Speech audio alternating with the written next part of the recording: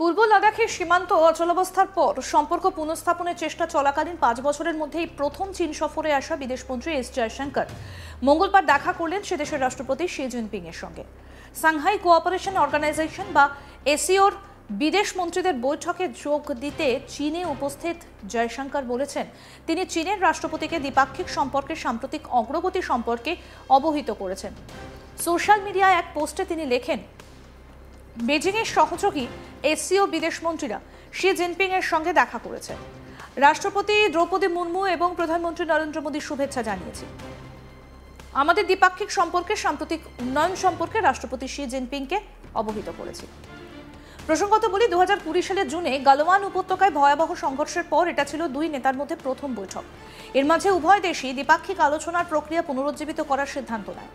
এর আগে সোমবার জয়শঙ্কর চীনের ওয়াং ইয়ের সঙ্গে বৈঠকে এই বিষয়টা তুলে ধরেন। তিনি বলেন, দেশগুলিকে প্রকৃত নিয়ন্ত্রণ রেখা বা এলএসিতে উত্তেজনা হ্রাসের চেষ্টা করতে হবে। তিনি আরও বলেন, গত 9 মাসে আমরা আমাদের দ্বিপাক্ষিক সম্পর্ক স্বাভাবিক করার দিকে ভালো অগ্রগতি করেছি। এখন আমাদের ওপর সীমান্ত সম্পর্কিত অন্যান্য দিকগুলো মোকাবিলা করার দায়িত্ব রয়েছে, যার মধ্যে রয়েছে উত্তেজনার হ্রাসও। তবে চীন ও ভারত এভাবে কাছাকাছি আসায় আমেরিকা, পাকিস্তান বা বাংলাদেশের মোহাম্মদ ইউনূসের প্রশাসনের মাথা ব্যথা বাড়বে বলেই মনে করছেন কূটনৈতিক বিশেষজ্ঞদের একটা বড় অংশ। একই সঙ্গে প্রশ্ন উঠছে, তবে কি আগামী দিনে পৃথিবী শাসন করবে ভারত ও চীন?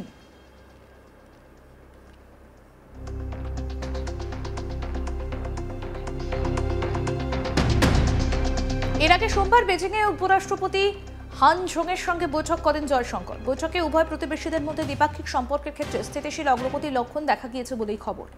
2020 সালের গালওয়ান উপত্যকার সংঘর্ষের পর বছরের পর বছর ধরে টানাপোড়েনের পরে এই বৈঠককে একটা বৃহত্তর কূটনৈতিক বরফ গলানোর অংশ হিসেবেই দেখা হচ্ছে।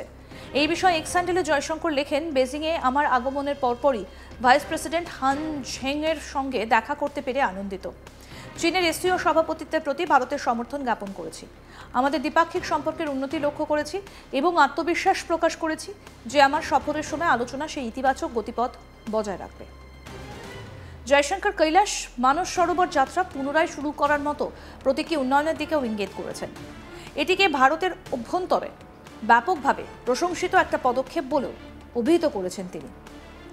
কোভিড-19 শুরু হওয়ার পর থেকে এবং সীমান্ত উত্তেজনার পর থেকে তীর্থযাত্রা স্থগিত ছিল। তিনি বলেন, আমরা আমাদের কূটনৈতিক সম্পর্ক প্রতিষ্ঠার 75তম বার্ষিকী উদযাপন করেছি। কৈলাস মানস সরোবর যাত্রার পুনরায় শুরু হওয়া ভারতেও ব্যাপকভাবে প্রশংসিত হচ্ছে। আমাদের সম্পর্কের ক্রমাগত স্বাভাবিকীকরণ পারস্পরিকভাবে উপকারী ফলাফল বয়ে আনতে পারে। এছাড়া এসটিওর জেনারেল সেক্রেটারির সঙ্গে সাক্ষাৎ হয় জয়শঙ্করের। আর এখান থেকেই প্রশ্ন উঠছে, ভারত ও চীনের মধ্যে এহেন যোগাযোগ কি ভয় ধরাচ্ছে আমেরিকা তথা ডোনাল্ড ট্রাম্পের মনে?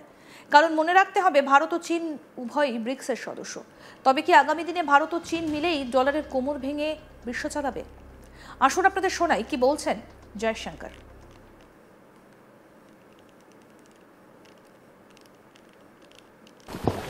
The international situation as we meet today in the G20 conference, as neighboring nations of major economies, an open exchange of views and perspectives between India and China is very important. I look forward to such discussions during this day. Excellency, our bilateral relationship, as you have noted, has been steadily improving since the meeting of Prime Minister Modi and President Xi Jinping in Kazan last October. 去年10月，莫迪总理和习主席在喀山会晤之后，双边关系稳步改善。I'm confident that my discussions on this visit will maintain that positive trajectory. পূর্ব লাদাখে সীমান্ত অচলাবস্থার পর সম্পর্ক পুনঃস্থাপনের চেষ্টা চলাকালীন 5 বছরের মধ্যে এই প্রথম চীন সফরে আসা বিদেশমন্ত্রী এস জয়শঙ্কর মঙ্গলবার দেখা করলেন সে দেশের রাষ্ট্রপতি শি জিনপিং এর সঙ্গে। সাংহাই কোঅপারেশন অর্গানাইজেশন বা এসসিওর বিদেশ মন্ত্রীদের বৈঠকে যোগ দিতে চীনে উপস্থিত জয়শঙ্কর বলেছেন তিনি চীনের রাষ্ট্রপতিকে দ্বিপাক্ষিক সম্পর্কের সাম্প্রতিক অগ্রগতি সম্পর্কে অবহিত করেছেন। সোশ্যাল মিডিয়ার এক পোস্টে তিনি লেখেন, বেজিংয়ের সহযোগী এসসিও বিদেশ মন্ত্রীরা শি জিনপিং এর সঙ্গে দেখা করেছি। রাষ্ট্রপতি দ্রৌপদী মুর্মু এবং প্রধানমন্ত্রী নরেন্দ্র মোদীর শুভেচ্ছা জানিয়েছি। আমাদের দ্বিপাক্ষিক সম্পর্কের সাম্প্রতিক উন্নয়ন সম্পর্কে রাষ্ট্রপতি শি জিনপিংকে অবহিত করেছি। প্রসঙ্গত বলি 2020 সালের জুনে গালওয়ান উপত্যকায় ভয়াবহ সংঘর্ষের পর এটা ছিল দুই নেতার মধ্যে প্রথম বৈঠক। এর মাঝে উভয় দেশই দ্বিপাক্ষিক আলোচনা প্রক্রিয়া পুনরুজ্জীবিত করার সিদ্ধান্ত নেয়। এর আগে সোমবার জয়শঙ্কর চীনের ওয়াং ইয়ের সঙ্গে বৈঠকে এই বিষয়টা তুলে ধরেন। তিনি বলেন, দেশগুলিকে প্রকৃত নিয়ন্ত্রণ রেখা বা এলএসিতে উত্তেজনা হ্রাসের চেষ্টা করতে হবে। তিনি আরও বলেন, গত 9 মাসে আমরা আমাদের দ্বিপাক্ষিক সম্পর্ক স্বাভাবিক করার দিকে ভালো অগ্রগতি করেছি।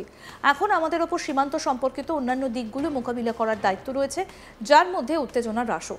তবে চীন এবং ভারত এভাবে কাছাকাছি আসায় আমেরিকা, পাকিস্তান বা বাংলাদেশে মোহাম্মদ ইউনূসের প্রশাসনের মাথা ব্যথা বাড়বে বলেই মনে করছেন কূটনৈতিক বিশেষজ্ঞদের একটা বড় অংশ। একই সঙ্গে প্রশ্ন উঠছে, তবে কি আগামী দিনে পৃথিবী শাসন করবে ভারত ও চীন?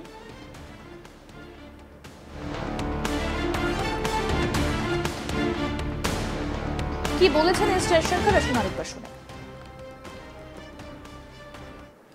The international situation as we meet today in the G20 conference, as neighboring nations of major economies, an open exchange of views and perspectives between India and China is very important.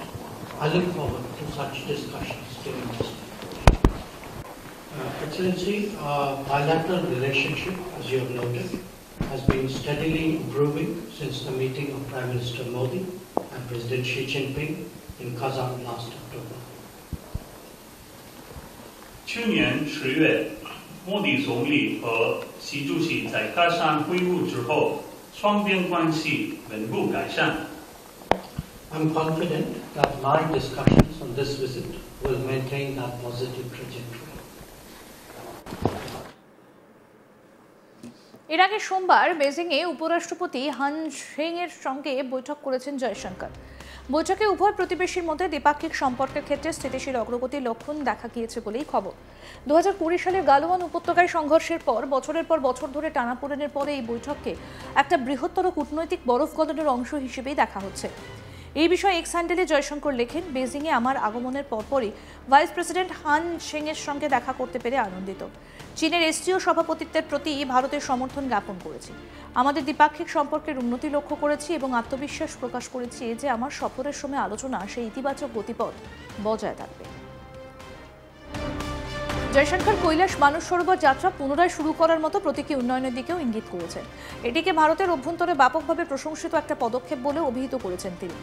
COVID-19 শুরু হওয়ার পর থেকে এবং সীমান্ত উত্তেজনার পর থেকে তীর্থযাত্রা স্থগিত ছিল। তিনি বলেন, আমরা আমাদের কূটনৈতিক সম্পর্ক প্রতিষ্ঠার 75তম বার্ষিকী উদযাপন করেছি।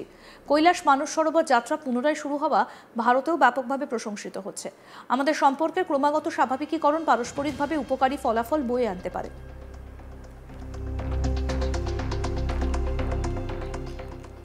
আরও আপডেট পেতে দেখতে থাকুন আজ তাক বাংলা। সাবস্ক্রাইব করুন, নোটিফিকেশন পেতে বেল বাটন অপশন প্রেস করুন।